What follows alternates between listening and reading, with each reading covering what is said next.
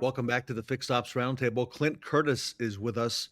He is reimagining service pickup and delivery at Zapmoto, zapmoto.com. Clint, welcome back to the Fixed Ops Roundtable. Oh man, any chance to talk with the legend Ted Ings, I got to take advantage. Oh my gosh. I'm not so sure about that, but I could tell that you are definitely in a sweet spot in our industry right now in fixed operations. You got to see a lot of dealers asking about this, talking about it. Clint, what are you seeing out there? And by the way, congratulations on all the success you're having. I heard about the numbers the last month or two. So again, great job in service pickup and delivery. Yeah, no, it's what a time! What a time to be alive! No, yeah, we're really excited about what's happening in our space. It feels like between mobile service and service pickup and delivery, all the dealerships are kind of understanding that this is the way we got to do it. We got to meet them where they're at. We got to meet the customers where they're at, and we fit in so nicely with that because we want to take away the responsibility of handling all that front to back from these dealerships because they got a lot on their plate. Yep. Clint, are dealerships starting to treat service pickup and delivery as its own profit center, or is it still an extension of the service lane? And does all that come back to the dealer's mindset? So we see a difference between some dealerships and other dealerships as far as that goes. Some of them do parse the data vigorously to be able to show the metrics on the spend between the pickup and delivery customer and someone that's in store and then someone that's mobile. Other dealerships, they just want the car there, and whether we bring it or the customer brings it, they don't really pay attention. They just want to hit their numbers as far as what the OEM requirement is to get their subsidies. What we love to see though is the dealerships that are really leaning in because we're a data driven company. We like to say that we're a technology company that also provides operations. And so we're excited to work with dealership partners that really want to dive into the data and the analytics with us because even without OEM support, this absolutely makes financial sense to do a pickup and delivery operation versus having the customer bring in the vehicle and then Uber home. And the CSI shows this. The CSI or the NPS scores, they go up. And also the spend goes up significantly. It's been interesting over the last couple of months where we've seen dealerships that are working with us primarily as Ford dealerships and dealerships groups. And we're starting to trickle into other dealerships outside of Ford where there's no support, no OEM support at all. And it's because of the analytics. So it's kind of fun to see and work with what we call the early adopters. So you have the growth curve, right? In any kind of disruption in any industry, if you look up Google the growth curve or disruption curve, and you always have the early adopters, right? And then you reach the tipping point, and you have the crest, and then you have the laggards on the other side. And it's fun to work with dealerships that are early adopters that see it, and we fit in so nicely where we're seamless in their operations. But on the ground, if I'm being totally candid and honest, the dealer just wants the vehicle there, and they want to fix it quick, and they want to treat the customer right, and they're not too worried how it gets there because that's what we provide. Does that make sense? Yes. And are you still seeing you alluded to it, that RO dollar amount? It's still a higher amount, considerably higher, when the customer doesn't have to spend their day in the dealership waiting in the customer service lounge. That seems to be a big part of it as well. Yeah, it's super interesting. I'm getting more and more down rabbit holes in customer behavior. And what I think it comes from, if I'm totally honest, is the adversarial relationship between the dealer and the customer is a real thing. And it's something that has to be overcome every single interaction that a dealership has with a customer.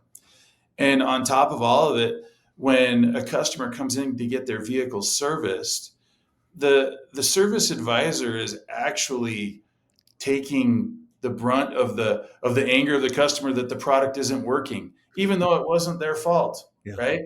Yeah. And on top of that, we're asking that service advisor or that dealership to provide a good enough customer experience where they're going to get a good survey afterwards. And what I believe is as soon as that customer walks through the doors when they drop off their vehicle, they're already in defense mode. They're already worried, like, oh man, how much is this going to cost me and how long is it going to take? And Yes. how are they going to get me? You know? And so when you take away that experience and leave the customer at home or at work, and it's just magic, and the vehicle gets picked up and they can see on their phone where Yes. it's traveling to, and they never have to walk through those doors. We always say here at Zapmoto that convenience is kindness, right?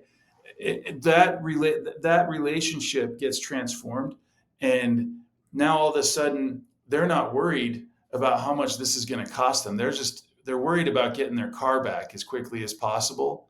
Uh, and then when the dealership calls them, Hmm. says, "Hey, while we have it here, would you Yes. like us to do this, this, and this while we have it here?" All they're thinking about is, "I don't want to have it brought back again. Right. I Right. don't want to have it picked up again. Let's just get it done so it's done and I don't have to worry about it." If the customer's sitting in that waiting room, all they're thinking about is, wait, this is going to take longer. I don't want to do that. Let's do it later. Exactly. I I want want to to go get home. back home. So it's all about redefining that relationship. And I love how our buddy Ed Roberts says, meet the customers where they're at, but also redefine it so that you are meeting the customer in their home, meeting the customer, and don't mess up their day.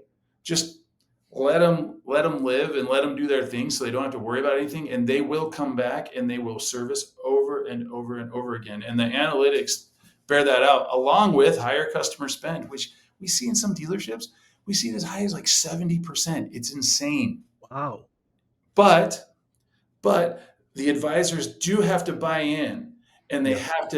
have to decide, okay, and it comes from management, and they have to say, you know what, we want you to build this relationship with this customer. We're going to do it via text or over the phone, with video CPI and things like that. And we're not sorry, not CPI, inspection, via video inspection. Multipoint. Yeah. Multi-point. Yeah. Yeah, Mhm. there we go. Thank you. And we're not going to rely on shaking hands, looking each other in the eye, because the bottom line is no one wants to do that now anyway. Right. That's right. That's right. Anyways, Um, Clint, what are you seeing in terms of new roles? Are you seeing new skill sets that are emerging? You've been doing this for a while inside the dealerships, specifically because they've got service pickup and delivery as time goes on. yeah, and it's funny, the advisors that buy into this, as I spoke just now about Yeah. this new relationship building way to do things. They're the ones that are finding the real success, and they're realizing, oh wait, I don't have to work as hard, and I actually meet my quotas. I kill them, and on top of that, my customer service scores are better. And so it's so cliche to say, oh yeah, we're going to save you time and money, and you're going to make more money. Every company says that, but this experience in general absolutely does that. And I see the future Okay. where, in sales, they talk about there's always an 80-20 rule. Are you familiar with the 80-20 rule? The Pareto law. Yes. Sure. Yeah, 80 right. 20. Yeah. And so 20% of the workforce, creates 80% of the value, right? Yes. And if you can enable that 20% to help two or three times as many customers, think about how much money that's going to save a dealership, but then how much more money it's going to make a dealership.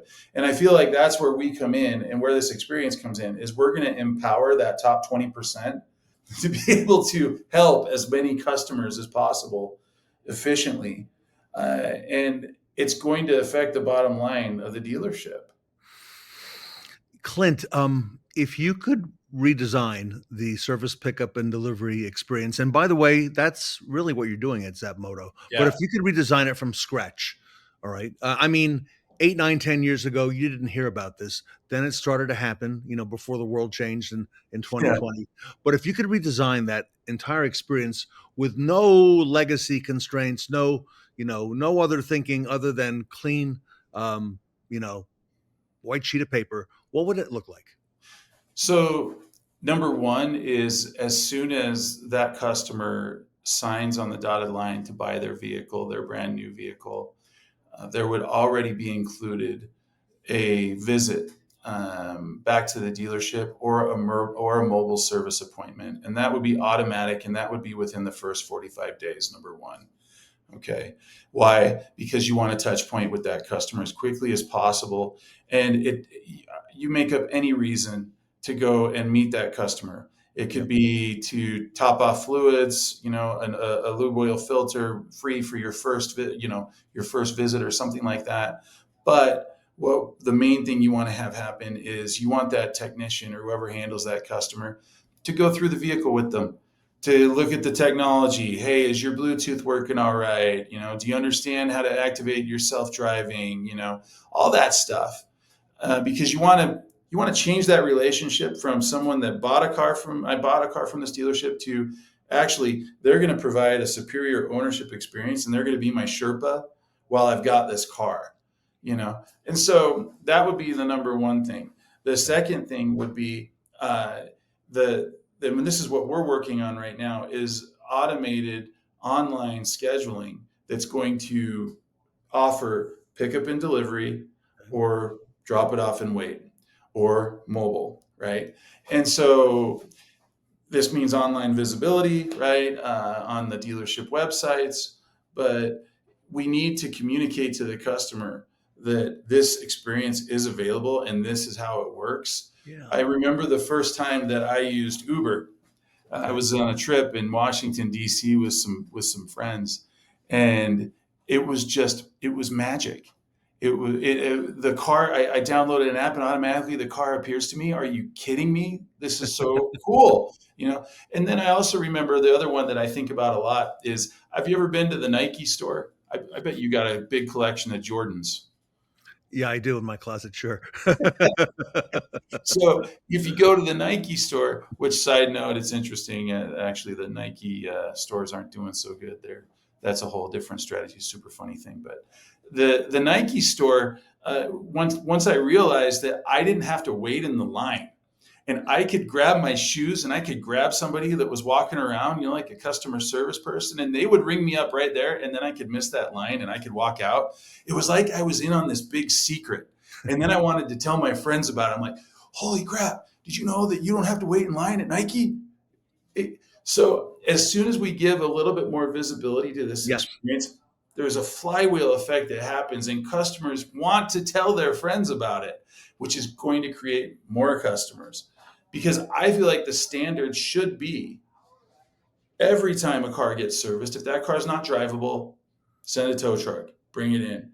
If that car is drivable and it's not an easy maintenance visit, Right. meaning oil change, computer recall, things like that, let's get that car in the dealership. I also think via pickup and delivery, and I also think even if it is a maintenance decision, an easy maintenance visit or something like that, if that vehicle is out of warranty, over 3 years old, that vehicle needs to be in the dealership as well, because those are the opportunities. Those are where that advisor can text and say, oh yeah, hey, these rotors, they need to be changed. Oh, this alignment is off. And this is easy stuff that can happen that people will say yes to, and ultimately take care of their investment. Clint, I see dealers, you mentioned our good friend Ed Roberts, introducing things like, and of course, he's got mobile service and service pickup and delivery. They're Yeah. introducing it from the salespeople at the outset when they sell the car. They're introducing it up front and letting them know about it.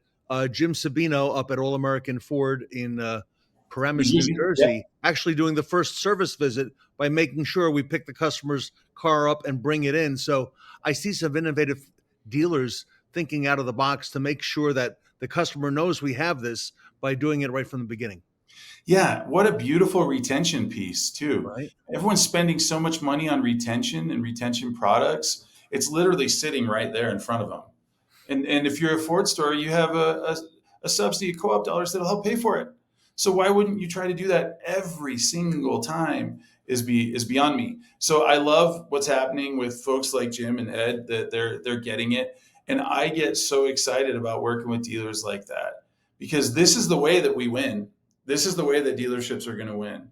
The Jiffy Lubes can build as many Jiffy Lubes as they want, but what Jiffy Lube can't do is warranty work. Carvana can buy as many cars for outrageous prices as they want, but what Carvana can't do is warranty work. So we have to use our service departments as quickly as possible, get them in the equation, because that is a silver bullet that builds a customer base. It builds that retention, and it changes that relationship from, oh, this is where I went to buy my car, but I'm not going to service my car there because it's too expensive, to this is where I bought my car. And these guys are just going to white glove the crap out of me and make me feel like $1,000,000, and I'm never going to want to do anything else.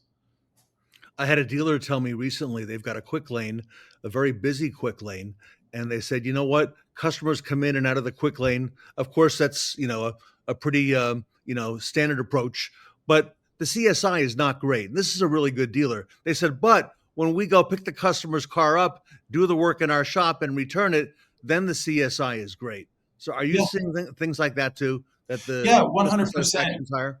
Because I'll say this, and this might be incendiary, right? But it's the truth, and clarity is kindness as well. We are not going to be able to beat Jiffy Lube or the Valvoline 10-minute oil change places of the world. I'm not going to be able to do it as far as time and efficiency. Okay. It's the only thing they do. It's the only thing they do. Only And then thing. they, so we're not going to be able to compete there. Okay. Because they've got a couple 100 million oil changes that they've done, and they got that process down. Okay. But what we can do is, if we use and leverage the programs that are out there to go and pick up that vehicle, that 10-minute, that 15-minute oil change experience, or that 40-minute oil change experience at an aftermarket oil change lube oil filter place, Yes. they can't compete with this. They can't send a bunch of drivers out to No. go and grab those vehicles and bring them in. It's impossible for them. No. That's right. So we can go ahead and utilize these programs, and we can bring those customers back in, establish that relationship, and then that relationship will lead to more repairs, more maintenance down the road, and more opportunities to get that vehicle on trade, sell them a new one, all that. So I think it's absolutely the right strategy. And we've got the factory trained technicians, we've got the genuine parts, we can Yep. handle the warranty work, and we can do all that as the dealer, as the authorized agent of the manufacturer. Clint, so if dealers want to get into service pickup and delivery right now, here we are, November, dealers are making plans for 2026 today, and they're Yeah. looking forward. Okay. I imagine it typically starts with some questions for you. How would this work in our circumstance? How do dealers do it? Do they go online? Do they go to Yeah. zapmoto.com? Do they email you? What do they do? Yeah, so we go to zapmoto.com. We've got some great materials there, great case studies. There's actually a cool ROI calculator that shows what a dealership is going to pay to tackle this experience in-house, as opposed to Okay. letting us do it. I love where we're at, because we offer an implementation. That's really what we're selling, is we implement this process and technology into their dealership, so that there literally is no lift required, as far as manpower, fixed expenses, things like that, to execute. And but if they just want to reach out to me, even direct on LinkedIn or something, like, hey man, I'm having some issues, I cannot hit my numbers, what do you think, could you come take a look? I'll talk to dealerships all the time, all day, about that. I don't even ask for anything. I don't care, because I do see this as the lifeblood. The service department is the lifeblood of a dealership. That's how they make money, right? That's how they keep the lights on, while sales gets all the credit, right? And I do believe that this is necessary to keep dealerships viable in their communities, and to keep dealerships profitable into the future, while all this onslaught of direct to consumer is coming in from all sides and beating us up. So they can reach out to me on LinkedIn. They want to schedule a quick call, just shoot the breeze, like, hey man, this is what we're doing. This is what's not working.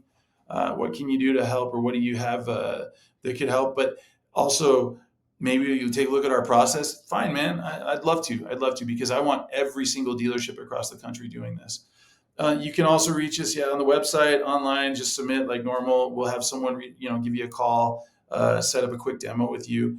But it is really interesting what we're doing, because we have customized technology. We have AI outreach that'll text the customers that have appointments, offer pickup and delivery, schedule it automatically, then bundle all those trips and optimize them for drivers, for whether it be our drivers. We have thousands of drivers across the country that are picking cars up and taking them places, and then the dealerships pay us a trip per trip for that, just like Uber or Lyft. Or if they want us to optimize their schedule for their own in-house teams, great. Every single minute that driver that is employed by a dealership is not out picking up a car, it's costing the dealership money while they're sitting there in the back. So we want to optimize and make this efficient and have them help as many customers as possible. And so, yeah, you just hit me up. Dealers watching us, you want to have in your 2026 plan service pickup and delivery built in. You want to talk to the people who are doing it the right way, who have all the technology, who have all the tools and the experience in doing it now for a large volume of dealers. You may have seen Clint Curtis traveling with us at the Fixed Ops Roundtable. We've been on the road, and he's been with us at a number of dealerships. You can learn more at zapmoto.com. Again, Clint Curtis is the founder and CEO. You're talking right to the top, and you see his email scrolling below there, clint@zapmoto.com. Clint, on behalf of the Roundtable, we want to wish you and your family a happy Thanksgiving at the end of next week. And thank you for all you're doing to move our industry forward. Oh, man. Let's eat a lot of turkey and watch a lot of football, Ted, right? Yep, that's next week. Thanks so Everybody, much for having me Zapmoto. on. And I thank you so much. And I love what you do, man. I love the Fixed Ops Roundtable. And I love the opportunities that you're giving some of these younger folks and empowering them to get experience in the space, Yeah, and making automotive exciting for the young folks. that's Seriously. right. That's right. It's a good thing. What Good you're thing doing. for all of us, right? We Yeah. need that passionate pipeline of people coming into the industry, as you and I have, for a long time. So everybody, Clint Curtis, the expert on service pickup and delivery, Zapmoto, zapmoto.com, here with us today at the Fixed Ops Roundtable.